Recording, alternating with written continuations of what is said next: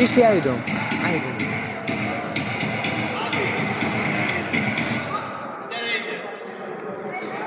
İşte. Te deja vede. La prima ediție a cupei iernii de la CEFA, sperăm noi ca de acum încolo să fie o tradiție. Dorim să mulțumim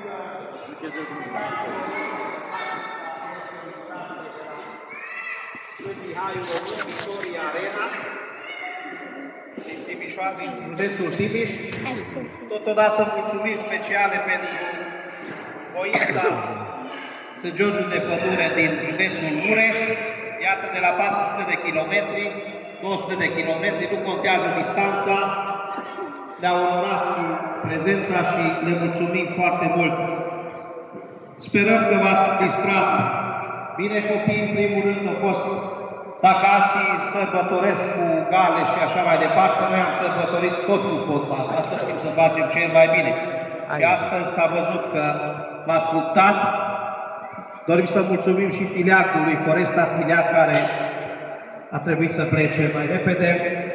A fost o competiție în care s-a văzut că sunteți niște jucători extraordinari. Sperăm noi să ajungeți cât mai departe.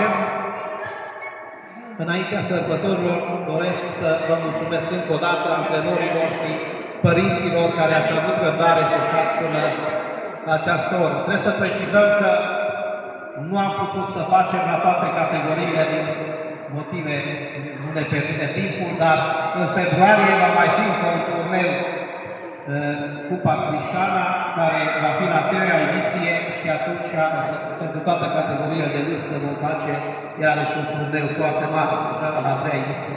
Dar asta este mai încolo puțin, până atunci să sărbătorim momentul și o să încep cu echipa Victoria Arena, de la Sâmbiani Român. Mulțumim, domn profesor, pentru participare. Să știți că am participat cu un aplauze pentru Victoria Arena, o echipă frumoasă.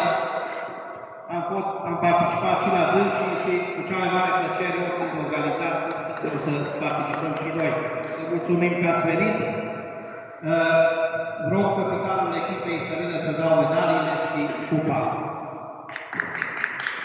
Felicitări, bravo! Ați luptat extraordinar după finală extraordinară CEFA. Și acum, la categoria Under 15, Under 16, câștigătorul primei ediții a cupei iernii CEFA este nimeni alta decât echipa gazdă. CEFA! Crișana CEFA! Bravo!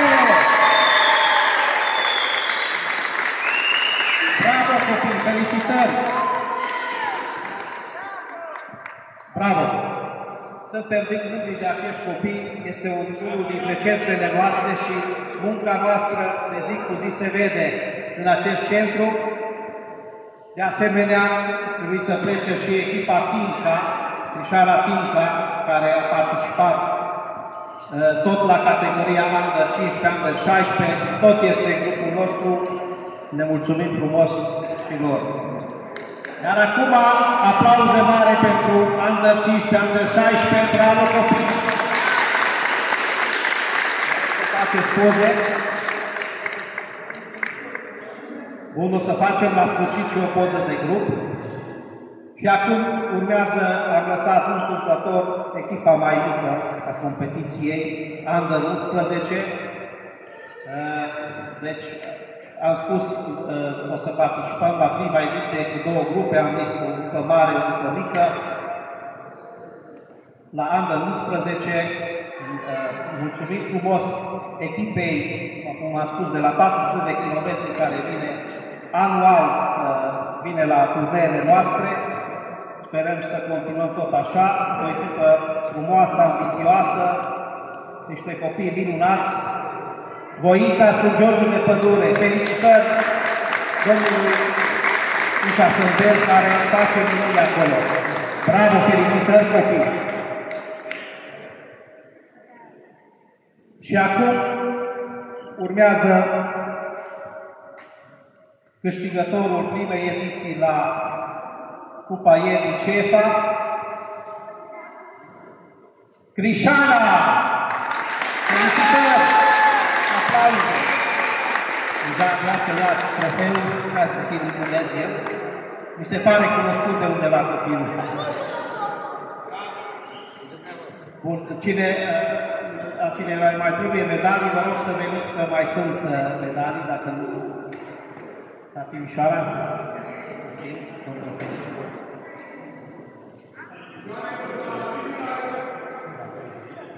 Și acum, în încheiere, doresc să vă mulțumesc încă o dată pentru participare.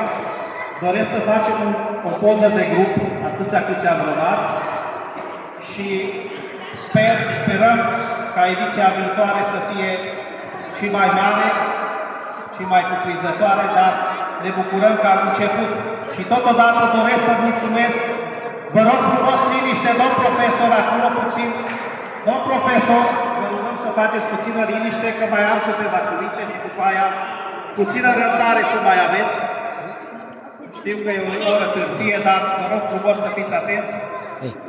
Încă 2 minute. Doresc să mulțumesc primăriei CEFA și comunității locale din această comunitate, unde într-adevăr s-a investit, vă spun, de 4 ani suntem aici și s-a investit enorm în sport. S-a construit această minunată sală, încă un teren de sport. Trebuie să spunem, asta este adevărul. Deci, dacă spunem și criticile, trebuie să spunem și meritele. Cam asta este. Bravo, felicitări și sperăm că și alții o să se inspire de la această comunitate. Bravo domnului primar, primăriei, Consiliului Local CEFA. Ați făcut o treabă minunată și continuăm să vedem rezultate. În încheiere vă doresc să aveți un drum bun către case, să aveți grijă, un an nou fericit, sărbători fericite și liniște pentru toată lumea, sănătate, să ne vedem cu bine anul viitor. Haideți să facem o poză de grup.